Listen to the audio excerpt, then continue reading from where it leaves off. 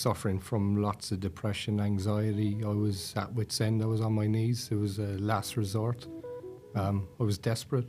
You looked very unhappy when I first saw you. For me, cannabis was a sledgehammer that just broke down that feedback barrier, you know. It was a key to unlock creativity. It was a tool that I could use to go inward and discover myself. It was truly life-changing, you know. Well, Brian Walker here, Legalised Cannabis Party, and we are actually in a new Podwave studio here, Podwave with Ben Kostarich, and we came just a few days ago and were blown away by this. And so I have my first guest here, now Dave Foley. Now Dave, we met up, 2 years ago was it? Yeah, about 2 years ago. Tell me, why did you come and see me in my clinic? I was really suffering back then. I was suffering from lots of depression, anxiety. I was at wit's end. I was on my knees. It was a last resort. I was desperate. You looked very unhappy when I first saw you. Yeah, I was, yeah. And tell me more about what was going on before we first connected. I think it was just years and years of depression, you know, just an inability to get hold of it, so to speak. Where are you from? Ireland, obviously, but where? Yeah, I'm originally from Ireland, Cork, County Cork, down south. Grew up there, spent, most of my life there, immigrated out here when I was about 20s, early 20s, Now, the thing about Ireland is it's a beautiful country, but there's also a fairly long history of, how can you put this? There's a certain way of living there, which at times can be quite harsh. Yeah, it is. The climate. It definitely affects one's mood, it's always raining, Yes. raining sideways. Indeed. Yeah. That's one reason why I left Scotland, actually. Yeah, alcoholism back there is a major part of social life, and... a lot of guilt as well. The Catholic Church is really good at actually creating guilt in its population. It is, and that seems to affect how people behave as well. There's a lot of guilt there, and there's a real Irish culture where, men don't really speak about their problems, Like there's a real meme broken loose in that country that it's uncool, it's unmanly to talk about your problems. You got to wear the mask. Keep all your problems to yourself, And how long have you been wearing a mask? I think ever since childhood, I think from early childhood I never learned the tools to express myself, never learned how to be a communicator, always looking for the love from my father, never felt like I got it. And throughout my life then, that lack, started causing problems in my life, my school life, started to play up in school at an early age. Looking back, it was, I just wanted attention, I wanted to be seen, I wanted to be heard, I think as all children do. But one of the things I have discovered over many years of practice is that a lot of our problems stem actually from our childhood. Everything. Our parents don't really mean to do us harm, but man, some bad things happen to us as children. That carries right the way through life. I got very much the sense that this was part of your issue as well. Yeah, it was, yeah. And so you'd seen many doctors before then, had you? Not really. It was, it's something that never gets addressed, It's the harden up approach, Yes, tough it out, you're a man. Tough it out, you're a man, come on. Yeah, okay. So you had any medication from any doctors at all? Not growing up as a child, no. I think I just, I kind of self-sabotaged my potential, really. I was diagnosed as a problem child, the class clown, I was expelled out of 2 schools. I have to tell you, and I heard you speaking, I knew immediately, first of all, you've got a lot of intelligence, and your language is fantastic. You've got a lot of skills behind you. And it seems to me that part of your life has been, how can I put this? You've been put under a cover, haven't you? You haven't been able to express yourself properly. Yeah, I'd agree with that. It's, like just, feeling alienated in your environment, feeling like you don't fit in, an inability to express yourself, how you feel, show emotion, that type of stuff, and it's that inability to step into your power and be your authentic self, you know, like it leads to misery, really. Misery, you know? Indeed. Now, I believe you had some medication before you came to see me, some antidepressants. Yeah, I've tried Lexapro and quetiapine. Quetiapine? Yeah. Quetiapine is actually a major antipsychotic which can be used to help people sleep, but man, it's got some side effects. Yeah, it has, yeah. You'd be completely coached up after that. Just incapacitated, can't do anything, and, you know, that's what they give you. And the antidepressant, how did that help you, if at all? It didn't help me. I just didn't feel human. It just didn't help me. Didn't help me. Now, normally when I'm seeing people for the first time and I hear the story, and I hear quite a lot of the story, one of the things which I'm always aware of is that it can ruin lives. For example, relationships can be difficult, A, with your partner, B, with your children, and C, and very importantly, with yourself. The communication we have with ourselves gets destroyed. It does. And so this affects the whole of life. And you end up wondering, why am I here? Why don't I end it all? Yeah. Well, that's the key to good relationship, is good, clear communication across the face of the wave, like an ability to speak clearly and to be heard, you know. And I found with these medications, it had an adverse effect. Like, I just couldn't speak clearly. I couldn't think clearly. I couldn't express myself. I didn't feel human. It just had no positive health effects on me whatsoever, you know. So then you rock up to this strange doctor who's also a politician, and you must have sat there thinking, I don't like doctors at all. Yeah. I wonder what this is going to do for me. And probably nothing at all. Nothing's going to work because nothing ever does. And it's like even rocking up to you that time. Like, I remember the emotion I was feeling at the time, like, and, you know, it felt wrong, you know, because of our cultural beliefs and our cultural indoctrination that cannabis is bad, you know.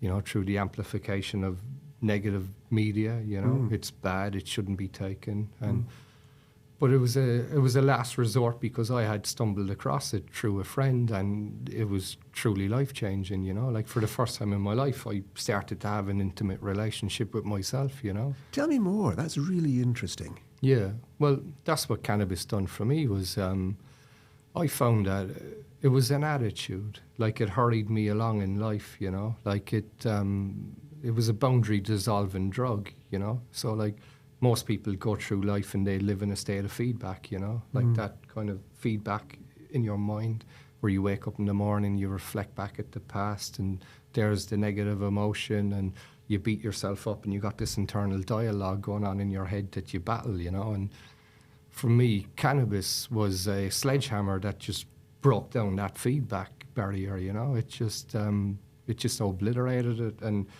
I felt like that instead of you know, living in a state of feedback, I kind of broke out of circular behavioural patterns and broke habit, and it kind of hurried me along in my life. It was a key to unlock creativity. It was a tool that I could use to go inward and discover myself. Like incorporating cannabis into my diet, you know, like I realised that there was a real possessed man in me that was full of anger and hate and rage, and he just wanted to come out. Like, and through cannabis, I learned to love that guy, you know. Like, I remember seeing you when you first came back to me. There's a light in your eyes, which was lacking the first time. It was just a gorgeous thing to see. Well, that's what it is. Like, you know, we all run away from these shadowy aspects of our personality, but like, if you take the time and go inward and look at it, there's a real treasure there, you know. Like, that possessed man can be somebody you can call on to get stuff done, you know. He can be somebody who'll get you to stand up straight and be heard, you know. And so here we've got a drug, a dangerous drug, a narcotic drug, they call it. It's not, of course, I have to emphasize, there's no way cannabis is a narcotic. Absolute nonsense. No, it's not a drug. A drug is made by someone. Oh, well, it's a natural plant, actually. Mind you, I can kill you with plants. I've got some beautiful poisons I can kill you with. I mean, all medicines are poisons in the right dose, of course. That's a fact as well. Yeah. But here you are, you've come to this difficult plant that people are speaking badly about, and it's transformed your life. Yeah. What do you think is actually going on? Why is it that something which has helped you so dramatically is actually so hated in society? I think because It really has the ability to change people's minds and question people, get people to question themselves. It brings them inwards. It gets people to become critical thinkers for the first time in their life, you know. Like, hang about. I learned when I was a medical student and a young doctor that cannabis stops you from thinking. It stops the thought process. You're saying it's the opposite happens. It's the opposite, yeah. It teaches you how to put yourself under inquiry, so to speak, you know. Like, lots of us go through life and we look for external validation from other people, you know. Mm. But cannabis brings you inward and you don't need that, you know. Like, you can put yourself under inquiry. You can use it as a tool, figure out your own life problems. And it's an attitude as well. Like if you look at the propaganda around cannabis, like you see the picture of the fella smoking a spliff and they just chill, you know. Like, it's an attitude. You know? And, you know, once you understand these things and pay attention to it like that, you can learn that new attitude too, you know. Like, you don't have to be dependent on it for the rest of your life, you know, as long as you're willing to pay attention to this new attitude, this new mindset, you know. I often tell people when they first come to me seeking cannabis that, you know, this is a very useful medication, but it doesn't help everyone. You have to be careful. It's not a universal panacea. And I'm also suggesting that, you know, different people will use it for different things, and it can be used very widely. So I've got a lot of different diagnoses I can use this for. But in your particular experience, what bad things happened? Did it cure everything? What was the negative side of cannabis for you? There was no negative. It was a catalyst of change, you know. Like, I went from being incapacitated with fear, guilt, shame, depression, all this type of stuff. You know, like, I just couldn't function. I couldn't function, like, and there was no wonder in everyday things, you know. Like, you look at a child will walk around full of wonder. Imagine if you brought a child into this podcast studio, they'd be fascinated, you know. Touching everything, looking at all the lights, all the people, the setup, everything. They'd be absolutely fascinated, like, and I've a young kids at the moment, and I walk them from my house uptown up to Fremantle markets, and it's a mission getting them up there because they view the world through the lens of wonder everywhere they go. And I think depression in a lot of people is people lack wonder in everyday things, and cannabis is a tool that can bring back wonder into everyday things, you know. That's lovely. And it just makes you just pay attention, you know. Now, I also say that cannabis on its own, it's a plaster on a symptom, if you like. It's a temporary solution. You have to keep using it as a tool when you need that. It is a tool, yeah. Is there anything else that you think might be of benefit for you? It's medicinal properties. It's therapeutic properties, you know. It's got a whole wide range of uses, you know. It's we just got to get creative, you know, and use it to its fullest advantage, you know. There's a lot of advantages for that. I use it for slowing degeneration of, say, Alzheimer's disease, the degenerative disease with dementia. But I also like to look at other plants as well, the broad spectrum. For example, in wellness, the food processing industry is killing people. Sugar is toxic, it's killing people. And I'm looking, what can we stop doing, which is making us ill? On the other hand, there's a question, what can we add to life, which assists us? For example, the right food. Let's not take processed flours, let's take, say, whole grains. Let's consider what we're doing in the way of nourishing ourselves with, say, omega-3 oils. Well, lots of our foods are destroyed these days, you know, like lots of our foods are highly processed, refined sugars, all that type of stuff. There's very little life in it, you know.